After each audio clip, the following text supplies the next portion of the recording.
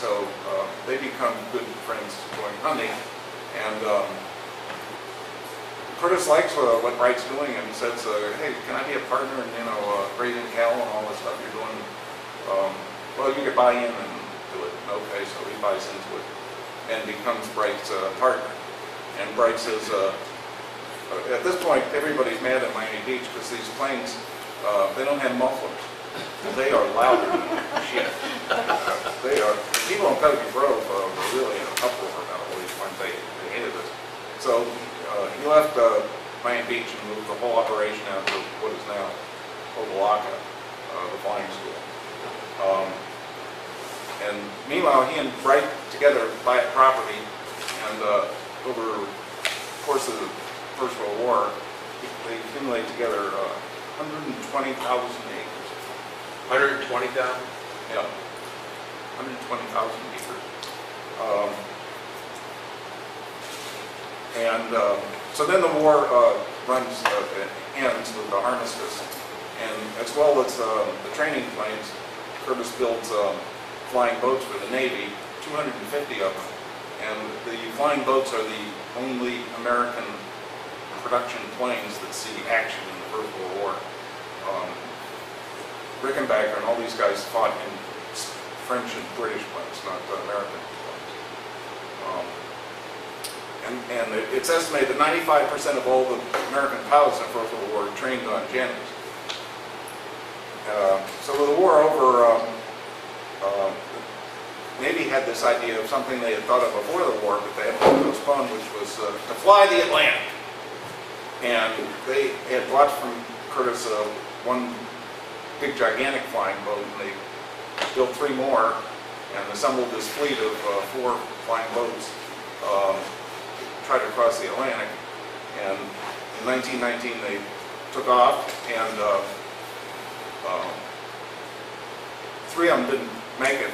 They had destroyers all along the route, so they picked up these guys, but 3 of them didn't make it. One of them made it into the Azores and then finally arrived in Lisbon. And so this plane, which is called the Nancy, was the first plane to fly the Atlantic. And the pilot was named Putty Reed, and he had been the guy in charge of the Naval Air Station in Coconut Grove. And while he was there, went out on dates with Bess Birthday. I love it when all these little things tie together. And so now we're going to get to the juicy part. That was all the boring part, I guess. So here he is in Miami, and he's decided to retire from aviation, although he still is honorary chairman of the experimental department at Curtis Corporation. But he decides to move to Miami full-time, but still he loves Hammondsport. He spends his summers at Hammondsport. But he moves here, and with his friend James Bright decides to develop Hialeah, Florida in 1921. And then I guess they sell all the properties and decide to do another one, which is what later becomes called Miami Springs. This one is going to have curvy streets and a golf course and archery golf. I don't want to get into archery golf. Like frisbee golf. Meanwhile, he donates his training field to the U.S. Navy. Eventually this becomes NAS Naval Air Station Opa-locka, and it's a dirigible base later. And meanwhile, he goes out and he loves hunting, he and Bright, and it's real tough going through the Everglades as a hunter. And he gets the idea of having a boat, putting a big airplane propeller on the back. So he invents the airboat. No, that was Curtis then. Yeah. But he didn't patent it, did he? I don't know. So then in 1926 he starts developing Opa-locka after the success of the other 2 places. Oh, and meanwhile there was a place called Brighton, Florida, up near the lake, but that never panned out. And at this, so then he also in his hunting trips, he gets the idea to put a trailer on the back of the car and then put a little house on it. And then he makes one that's more elaborate. And finally, his friend Carl Fisher says, hey, this last one you made is really great. Why don't you go into production and make these, and I'll be in partnership with you. So they get several prominent people to be in partnership in the Curtis Aero Car Corporation.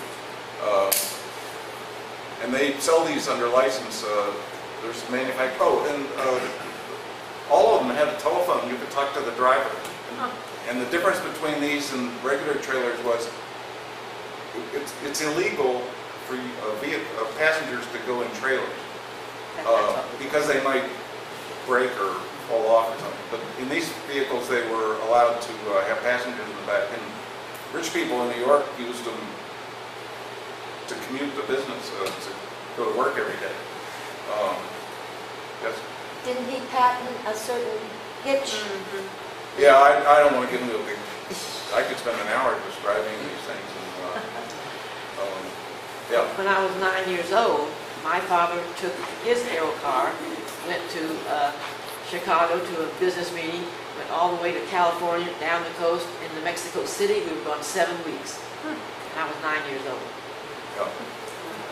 I had a book that I gave to the museum, which was the daughter of William Jennings Bryan.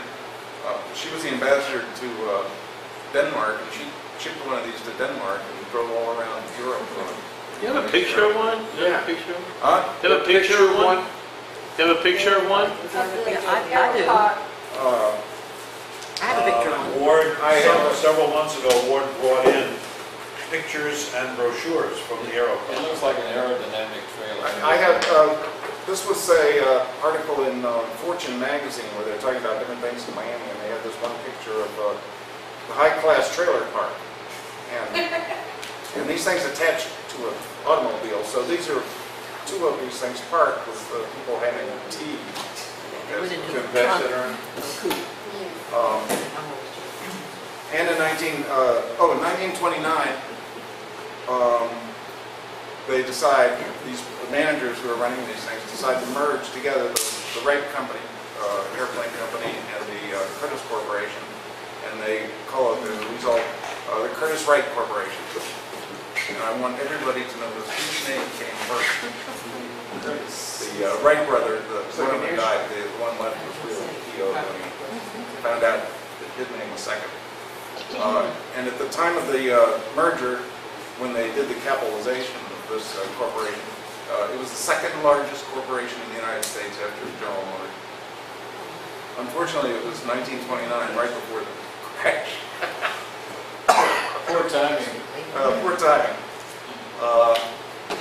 Anyway, that's in 29. The next year in 30, they decided to have a 20-year anniversary of the Hudson River flight and invited Curtis to come up and fly. And he indeed went from Albany to New York, this time in a Curtis Condor, 2-engine commercial airline kind of plane.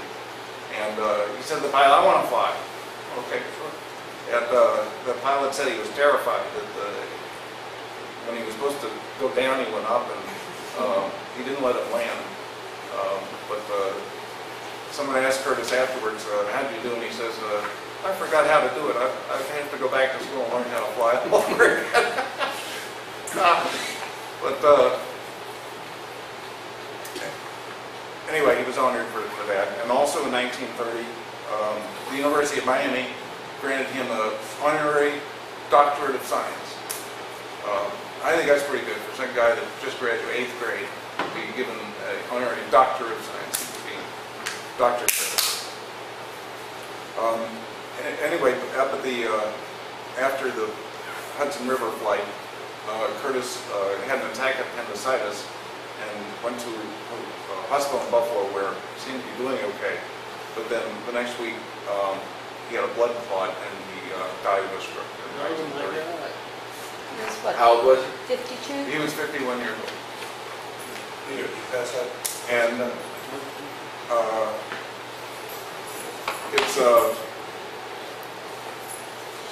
he was only 51 years old, so he had 20 more, or in Seth's case, 40 more good years to go. You know, I resemble everyone. And Hialeah, of course, in Miami Springs turned out okay, but Opelika didn't. And I really have to feel that if Glenn Curtis had been around, that Opelika would have turned out good also. Glenn Curtis, in personal things, here's a typical picture of him when he was 35. And this is the last picture they ever made of him. And he looks pretty grim, but though he wasn't one of these happy politician type people, I never heard, in all the books I ever read, that anybody ever said anything bad about him. Everybody loved him. He'd stopped on the production line and helped guys out, and was real friendly. And in Hammondsport, he was, everybody loved him, and he'd give secretly, when he'd give stock in the company, and then people would sell their stock, and then they'd not have money in the winter, he'd secretly give money to them and things. And nobody ever had anything bad to say about Glenn Curtis. He was really a beloved person. Is he married, children? He was married and had a child, and of all things, the child graduated from Ransom School and lived in Coral Gables the rest of his life. Was it the Adirondack School at that time? Yeah, it was cool.